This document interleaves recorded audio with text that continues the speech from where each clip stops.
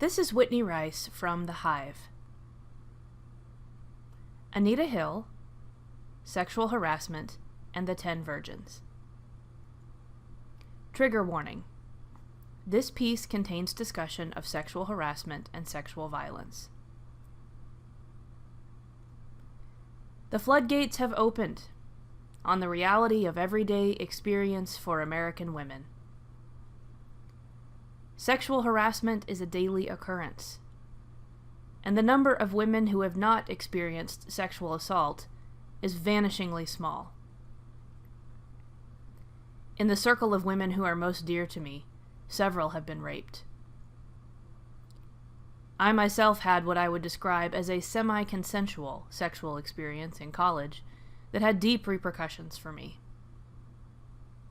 And with regard to sexual harassment, the reaction of most women I know to men who are asking, "Is it really this prevalent?" is, "You mean you didn't know?" There are few of us who do not have strong emotions about this cultural moment. I have talked to straight male colleagues who are frightened.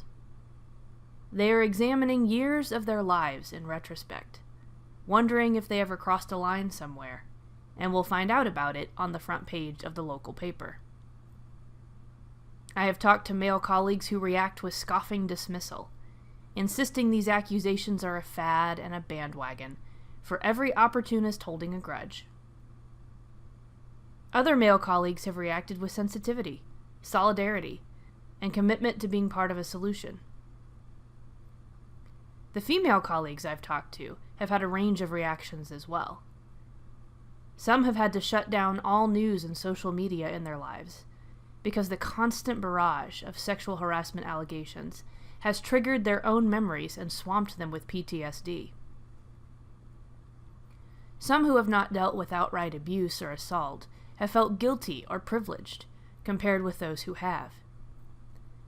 Many are deeply cynical that any real change can occur in a nation that elected as president someone who freely admitted to sexual assault in what he called locker room banter.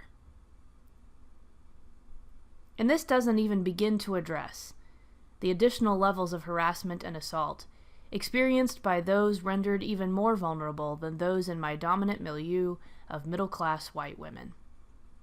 People of color and LGBTQ colleagues I've spoken to have shaken their heads as they've affirmed that my privilege has shielded me from additional layers of poisonous harm that bombard them from the outside world every day.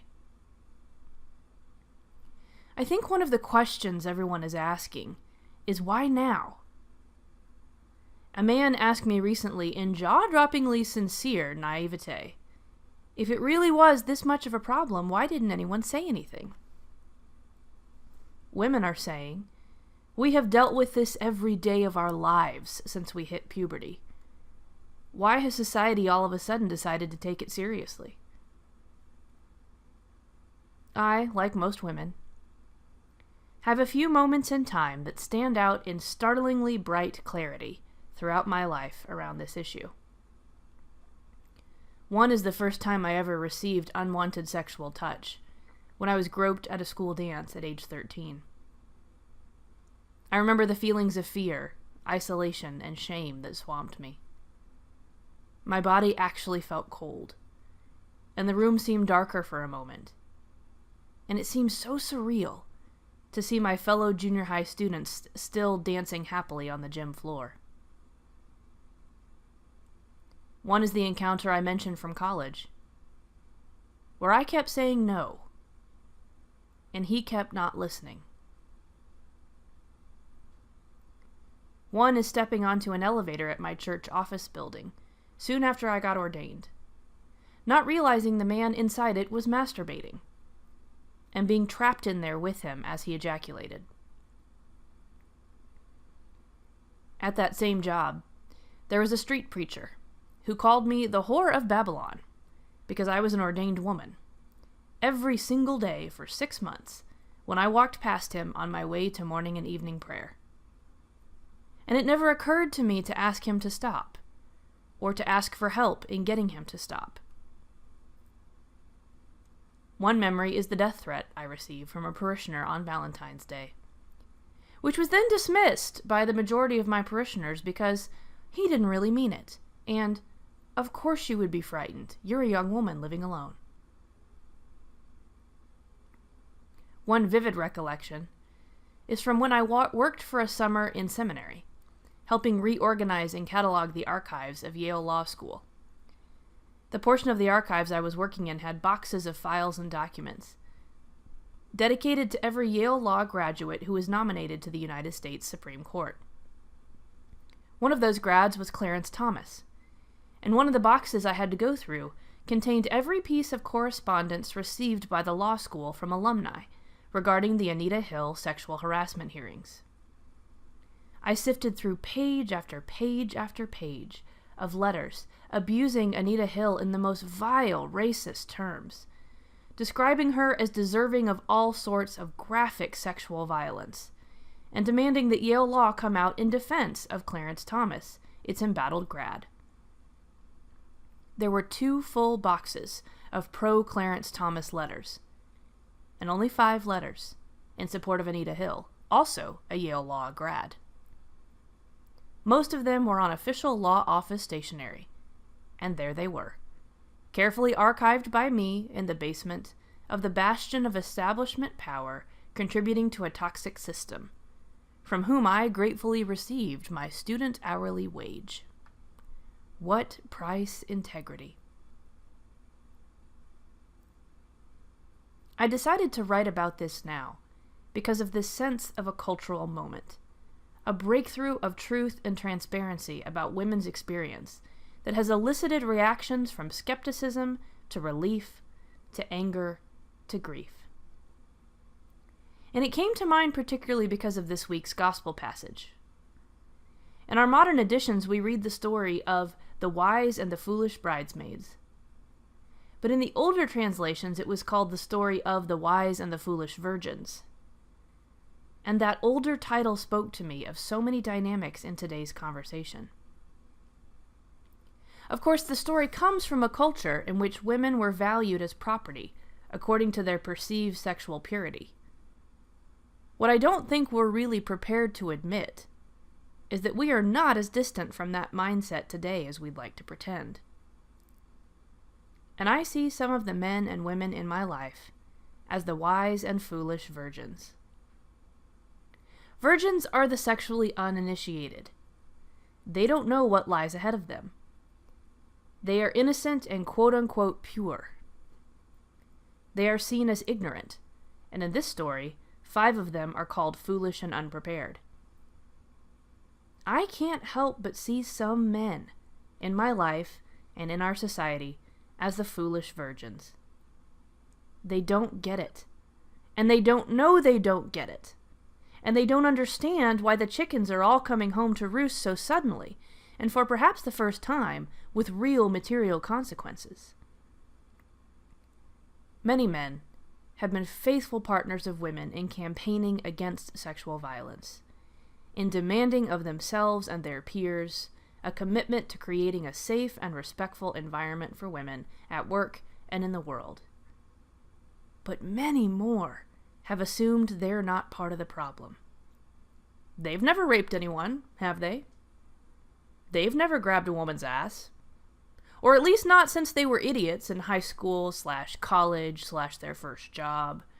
Everyone acted like that 20 or 30 years ago, they think. Why should I have been any different? Didn't mean anything. And that's not sexual harassment, that's just a joke. Why can't my colleague take a joke? Oh, foolish virgins, the bridegroom has arrived, and you may now be paying the price for your unpreparedness. It's not a price of vengeance or punishment, but it is a long-delayed accountability. It's simply the cold, sinking realization that maybe you don't deserve to go to the party. And it looks like the wise virgins are not going to give you any credit for the work they have done. I see many of the women in my life as the wise virgins. Their virginal status is not sexual. because there is not a single one of us who hasn't experienced sexual intimidation or violence. Their virginal status here means they have preserved a secret and untouched place of holy light within them that no perpetrator can ever reach.